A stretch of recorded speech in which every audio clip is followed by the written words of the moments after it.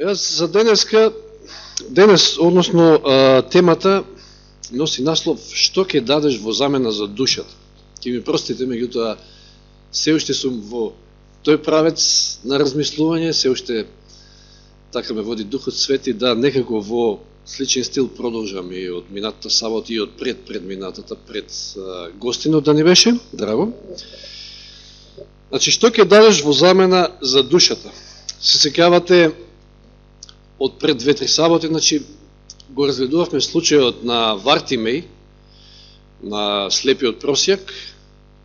Видовме дека од тој случај, она што како срж го извлековме, како заклучок, дека Бог не ги дели луѓето. За него се сите исти, еднакви. Еве, стана збори за тоа на време на пуката. Ние луѓето имаме таква тенденција да ги класираме, да ги рангираме, да имаме некоја вредностна листа, меѓутоа Бог тоа го нема, кај него такво нешто не постои. Се сеќавате, евреите Вартимеј го сметале за незаслужен, за да ја прими Божјата милост и исцелување од негова страна, па затоа го буткале, не му дозволувале, дури се однесувале како да се некои бодигарди, телохранители на Христа, а додека во случајот со стотникот, односно болниот негов слуга, што изјавиле? Ово е заслужен, овој синагога не изгради и така натаму, значи сепак по висока класа, ово е просјак. Проси по улици. Но видовме дека кај Господа нема такво класифицирање на луѓето и така треба да биде и кај нас. А минатиот пат, минатата сабота видовме колкава е вредноста на една човечка душа. Тоа се провлекува, значи, не сите овие мои предавања и од првата тема, значи, за Вартимеј, исто и минатата сабота, конкретно видовме колку секој човек е бесценет во Божји очи. И само заради една душа, Господ исто би го направил планот на спасение. Би го пратил својот син да дојде да го стори тоа што го стори на Голготскиот крст, да умре за нас. И откупени сме со бесценетата Христова крв. Ние сме тој скапоцен бисер од параболата. Но, за жал, видовме минатиот пат дека знаеме да се толку исподцениме и да се продадеме за ситно задоволство, позиција, пари, моќ или така натаму, слава, и имате еден куп работи за кој што ѓаволот може да не бутне и да не заблуди и да не отргне од Бога и од вистинскиот пат. Па ги видовме примерите минатата сабота со Самсон, со Валам и го спомнавме на кратко и Јуда, кој што си ја продаде својата душа на ѓаволот за 30 сребреника и го предаде својот Господ, својот Спасител за 30 сребреника. А денес централен стих ќе ни биде во Матеј 16:26. Матеј 16:26, тој е централниот стих околу кој ќе ја градиме ова тема. Матеј 16:26. Стихот гласи: "Зошто каква полза ќе има човек ако го придобие целиот свет, а на својата душа и на пакости? Или што ќе даде човек во замена за својата душа?"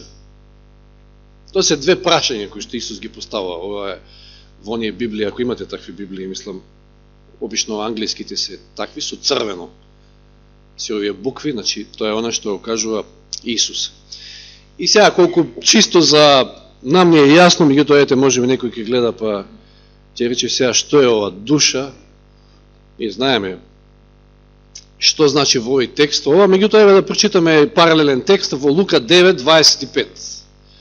Лука 9:25. Како вели Лука овде во својот текст?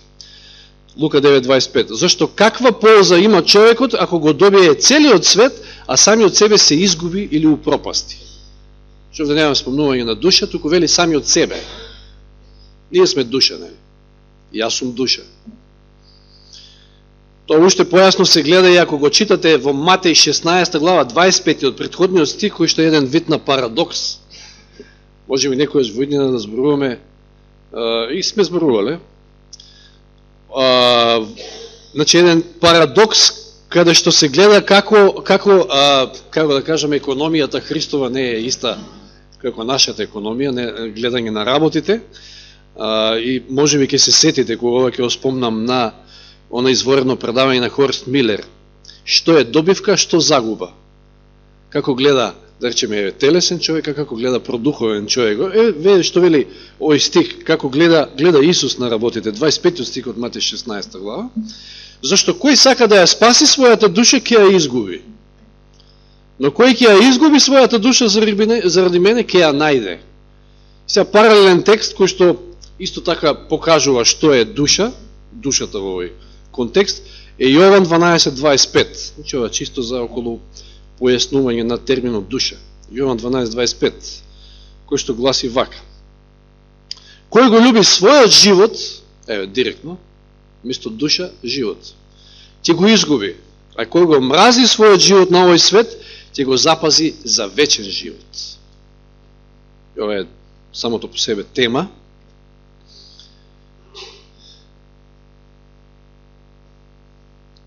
Но, значи, одиме на 26 стих, ќе го повторам.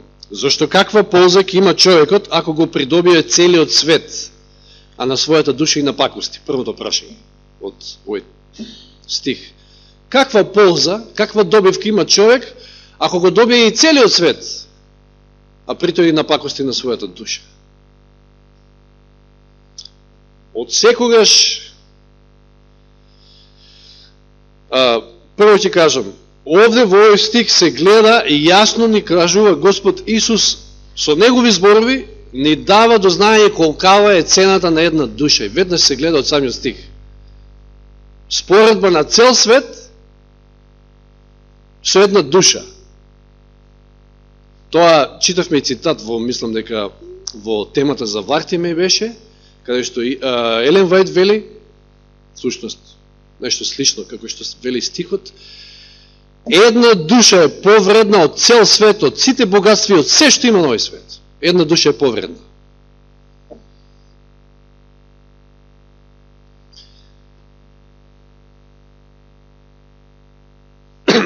Ние како луѓе наистина знаеме да правиме калкулации во животот со финансиите, ако сме земјоделци или нормално производството. Секој сака да има некоја добивка, некоја полза. На крајот на криштата му требаат на секој материјални средства за да живее.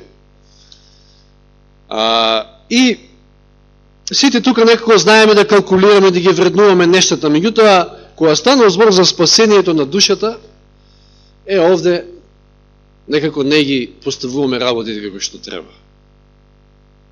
Се друго некако е поважно од спасението на душата.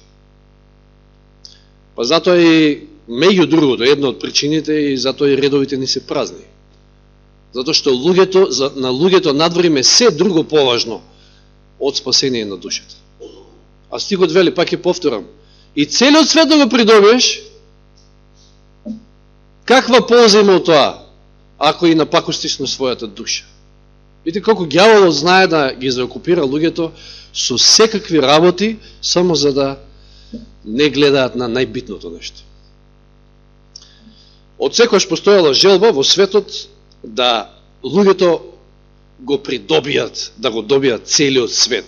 Знаете, оној кој што себичен, кој што сака за себе, тој секојаш му е малку и сака да и целиот свет ако може да го има. Меѓутоа, никогаш до сега не се случило некој да го придобие целиот свет.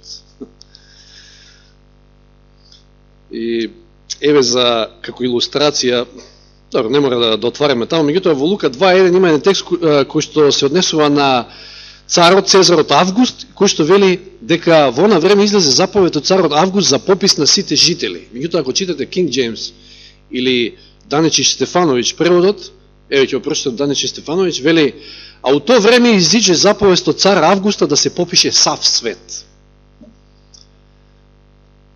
Нормално, ниеден Цезар не владел, колку и да била моќна и распространета римската империја, не владел со цел свет. Така и изразот е овде, значи, со тој свет, познат свет, римски свет, како да го кажем. Ниеден Цезар не владел со цел свет, иако имале желба. Од каде ме таа желба, што мислите на овие големи владетели, денешната елита, ќе ја кажам под наводници, исто така со иста желба да завладее со цел свет. Од лукавиот, тој има таа желба.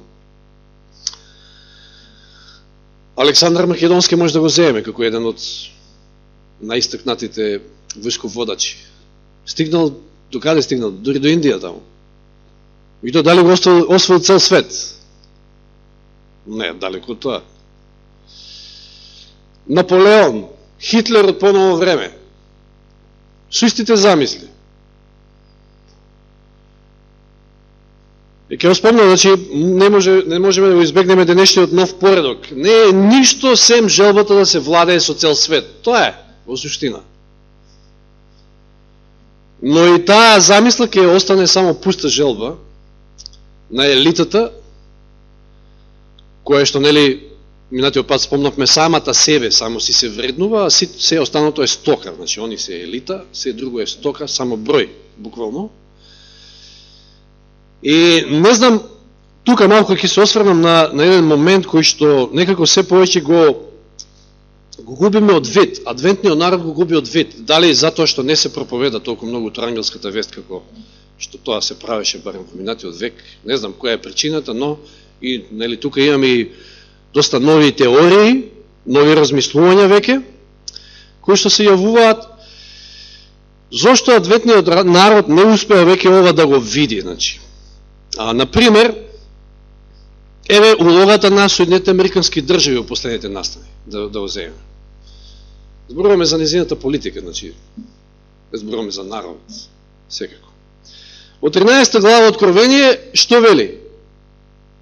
Го опишува првиот звер, кој што е папството, потоа текстот оди кон опишување на вториот звер, значи Соединетите Американски држави се опишани како звер, и вели како јагне, ама ќе проговори како змев. Ова како да се повеќе се губи од вид. Поготово не го гледаат оние кои што живеат тамо на американското тло. Не знам зошто, може би пропагандата е толку силна или не знам, или пак послабо читаат Библија, проучуваат, не се навраќаат, заборавиле ли? Не знам што е работата.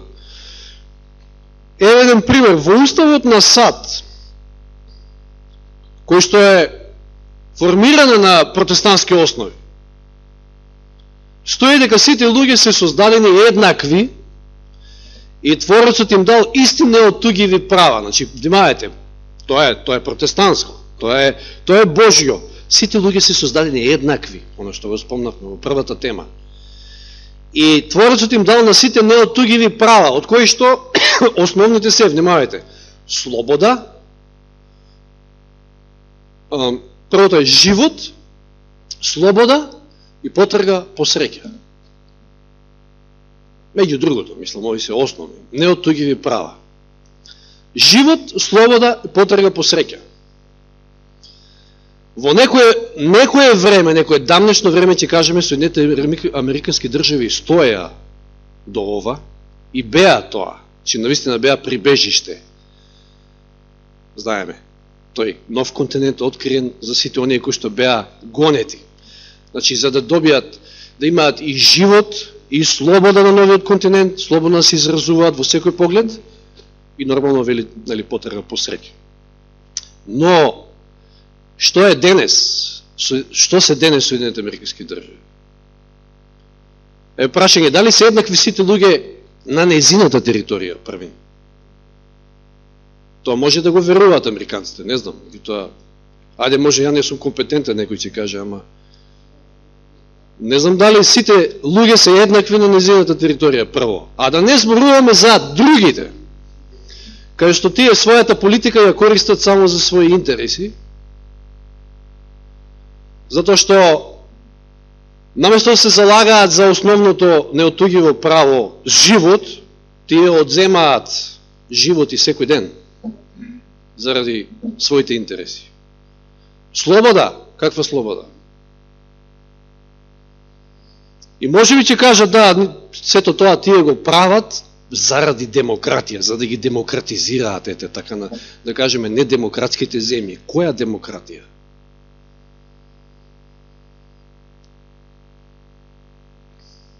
Па ние барем сме сведоци за тоа каква демократија нудат Соединетите американски држави. Го видовме тоа, нели, деновиве, мислам, која е таа демократија. Ја би рекол, дори ја доаѓам до заклучок, иако тоа од 91 веќе навака се гледа на овие наши простори, меѓутоа е поготово сега, последните дена. Дека сад и демократија се две различни работи, според мен. Да. Се е личен интерес. Се е желбата да се загосподари, да се загосподари со што е можно повеќе, со цел свет. Тоа е, ништо друго. Сите од секојаш имале таа желба, мислам, оние кои што нели биле водени од духот на лукавиот, се разбира. Желба за престиж, за богатство, трката по богатство. Зошто, пак ќе спомнам, може би некој погрешки ме свати ми тоа. Зошто отидоа таму долу, во Блискиот Исток? Заради демократија или заради нешто друго? Или нафта, или било што? Ресурси. Да отвориме во Лука 12 глава први. Може ќе рече некој сега, Борчев застана тука не изборува политика, меѓутоа заборавме не изгледа како беа проповедите од минатиот век. Затоа што не се проповеда веќе тоа. Тоа не е политика, тоа е дел од пророштвата. Па 13 глава Откровение за што зборува? И не само 13. Лука 12 глава, да се подсетиме само на кратко, нема многу време, за еден момент кој што го нагласува Исус. 15 стих вели, Лука 12 глава 15 стих. Им рече, внимавајте и чувајте се од секое користолюбие, зашто животот на човекот не се состои од изобилството на неговиот имот. И потоа кажува на парабола, со еден богат човек, кој што нивите му роделе со многу плод, и што рекол? Ај сега ќе земам, ќе ги срушам овие стари амбари, ќе направам многу поголеми, ќе соберам се, и ќе си кажам, што вели таму, 19 стих, ќе речам на својата душа, душо имаш многу блага, натрупани за многу години, почивај, јади, пи и уживај. А што вели Бог? Безумниче.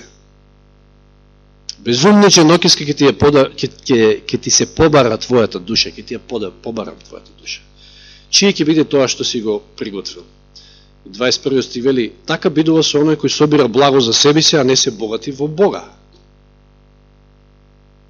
Тоа е исто таа тенденција да се освои светот преку освојување на материјалните богатства. Сетете се на било кој милиардер, магнат, како се ги викаат на светот, дали некој успел да го освои целиот свет, да го придобие богатството на цел свет? Нема таков.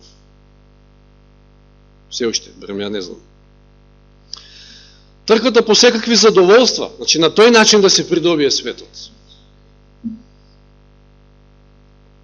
Тука можеме, мислам, наједноставно, најлесно да дојме до одговори, ако го прашаме Соломон, затоа отвараме во Проповедник 2 глава.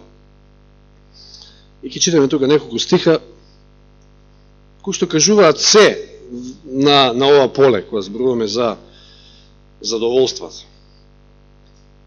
Разноразни, мислам, од секаков тип. Тогаш реков во своето срце, во првиот стих вели, дај да го испитам уживањето и да видам што дава насладувањето. Но ете и тоа е празнина, празно. И сега наведува какви уживања, какво насладување. За смеењето реков лудосте, за уживањето што ползува тоа? Си помислив во срцето да го веселам телото со вино, доека срцето се уште се раководи од мудроста.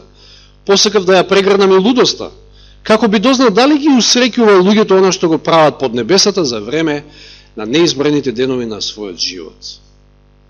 Направи големи дела, изградив дворци за себе, посадив лозија, си направив градини, оштарници, посадив во нив всекакви овошки. Направив езера за да ги наводнувам посадените дрва. Купив робови и робинки, имав и домашни слуги, а исто и стада со крупен и ситен добиток, повеќе од кој да е друг пред мене во Иерусалим. Натупав сребро и злато и скапоценности од царевите и покрајните. Набави пеачи и пеачки и секакви човечки раскоши. Се сокровиште на сокровиште.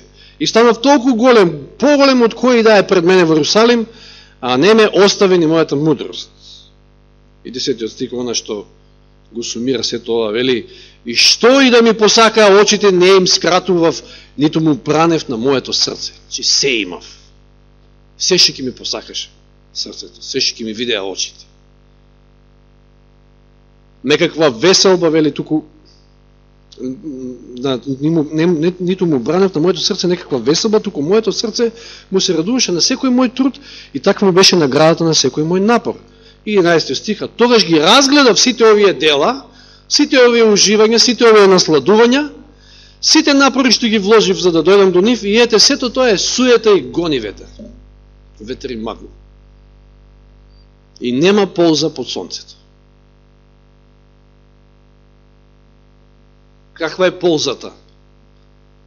Соломон не одговарал, нема полза. Каква е ползата ако човекот го придобие и целиот свет, иако не се родил таков, а на својата душа и на пакости? Да. И што ќе даде човекот во замена за својата душа? Веќе рековме, душата е повредна, ова го гледаме во овој стих, многу прецизно, многу јасно, од целиот свет и од сите негови богатства и задоволства. И мораме да сватиме вредноста на душата. Ние не сме животни. Ние сме создадени според Божиот лик. Не можеме да живееме како животните. Ние имаме душа да се спаси или да се изгуби. Тоа е оно суштественото.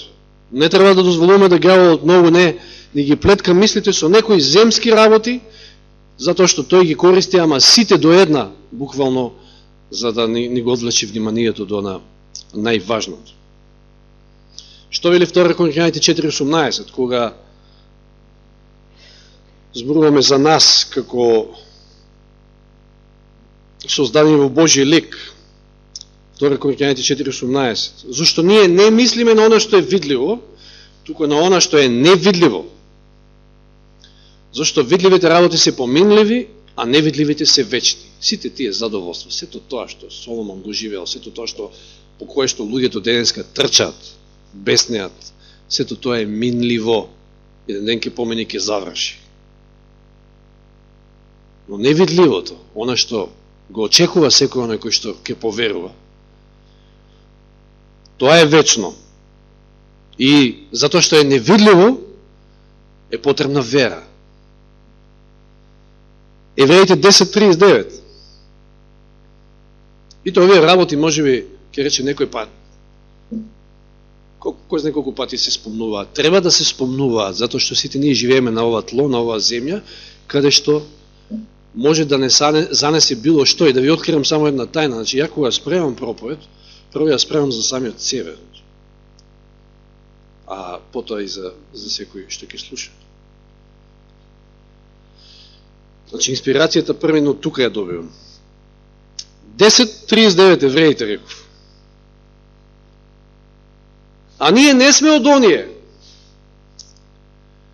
Значи, првино рековме во 2 Коринќаните 4:18, зашто ние не мислиме на она што е видливо, тука на невидливо. А сега вели, а ние не сме од оние кои се повлекуваат за погибел, туку од оние кои веруваат за спасение на душата. И јас верувам дека сите ние сме тоа. И дека првенствено ни е спасение на душата. Затоа не смееме да дозволиме да сето она што е многу помалку вредно, ни го заокупира умот и на крајот завршиме трагично, затоа што Господ тоа не го сака. 1 Петрово, 1 глава 18 и 19, стихови што и минатиот пат мислам дека ги читавме. 1 Петрово, 1 глава 18 и 19.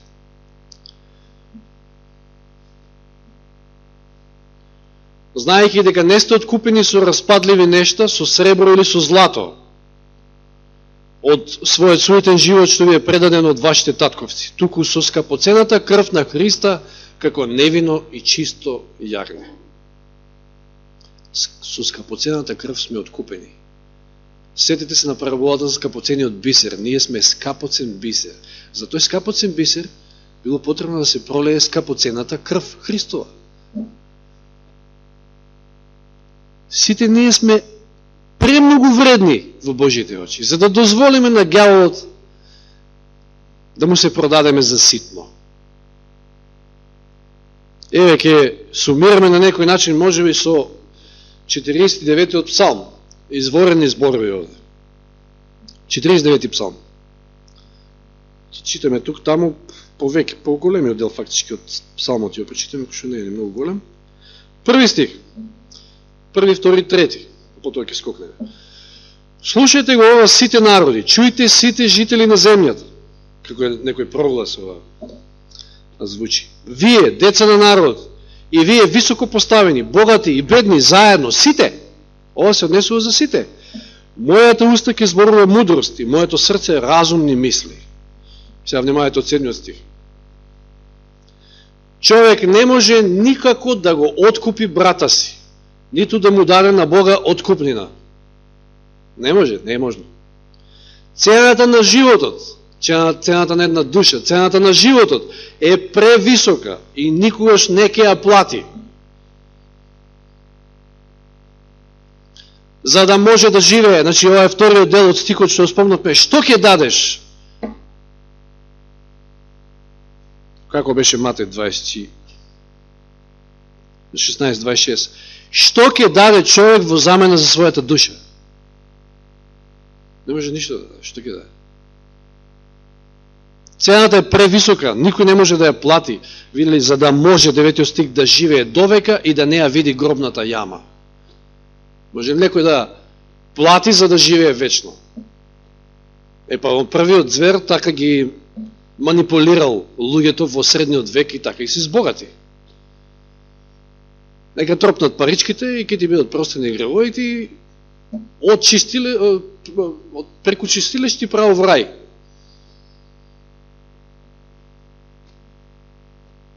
Луѓето не се замаанат од тогашно време. Нема ли Библијата, не може да го прочитат ова, за да сватат дека се измамени. Цената на животот е превисока и никогаш не ќе ја плати, значи, за да може да живее довека и да не ја види гробната јама. Сега вели понатаму 10 до 13 стих. Зашто и мудрите умираат, гинат и лудиот и безумниот, своите богатства им ги оставаат на други. Во себе мислат, нивните куки ќе останат за секојаш, нивните станови од колено до колено, иако ги наречуваат земите со своји имиња. Но човекот со сета своја слава не ќе трае. Сличен е на животните што гинат. Таков е патот на оние што се надеваат напразно, таков е крајот на оние што уживаат во своите зборови. 20 стих. Како да не беше доволно еднаш, пуште еднаш псалмистот ќе каже, човекот кој живее неразумно, сетте се на параболата за богатиот, кој што ги шире ламбарите, безумничи му вели Господ.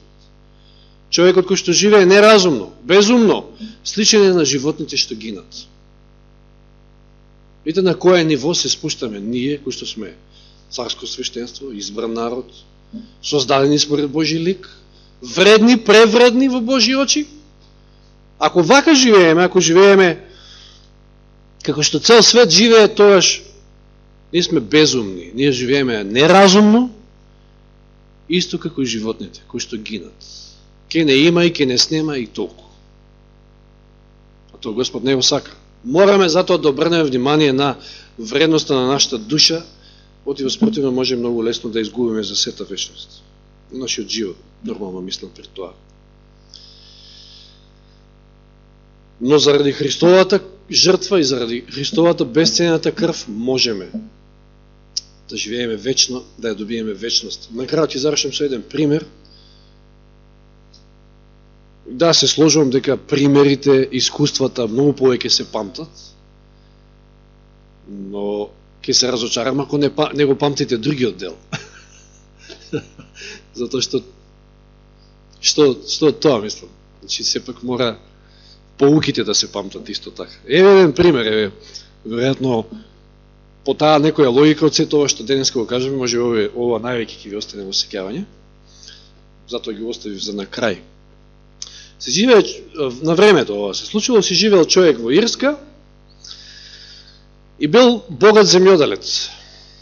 Но слушнал дека од другата страна на Атлантски океан, во ново открината земја, новиот континент, условите за бизнис се многу подобри.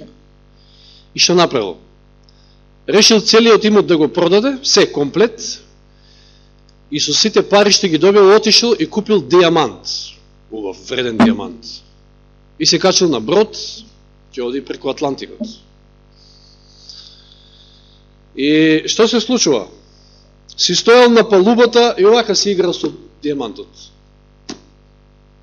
Го фрлал и си го факел пак во раце, и некој дете тука од страна го запрашало, забележало дека тоа е нешто скапоцено. Господине, дали ова е вистински диамант?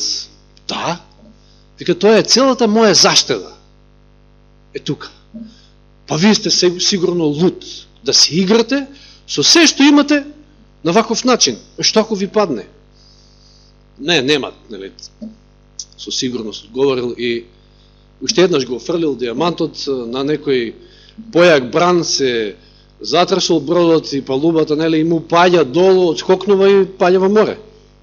Диамантот. И детето му вели и навистина испадна будела. И сега си исто како и јас, немаме ништо, ни јас, ни ти. Но пуката е следна, значи да, навистина сето оно што е земско, сето оно што можеме да го добиеме на овој свет, нели, материјално, било како да е, се е минливо, се може да се изгуби, дури во еден миг, меѓутоа пуката е уште посилна. Нашиот живот е се што имаме. Нашата душа, нашиот живот е тоа. Се што имаме, тоа е скапоцениот бисер. Диамант, ако сакате. Ние сме скапоцениот бисер. Да не си играме со него. Не смееме да си играме, зашто можеме лесно да го изгубиме, а нема ништо повредно од него, од нашиот живот, како што видовме. Скапо сме купени.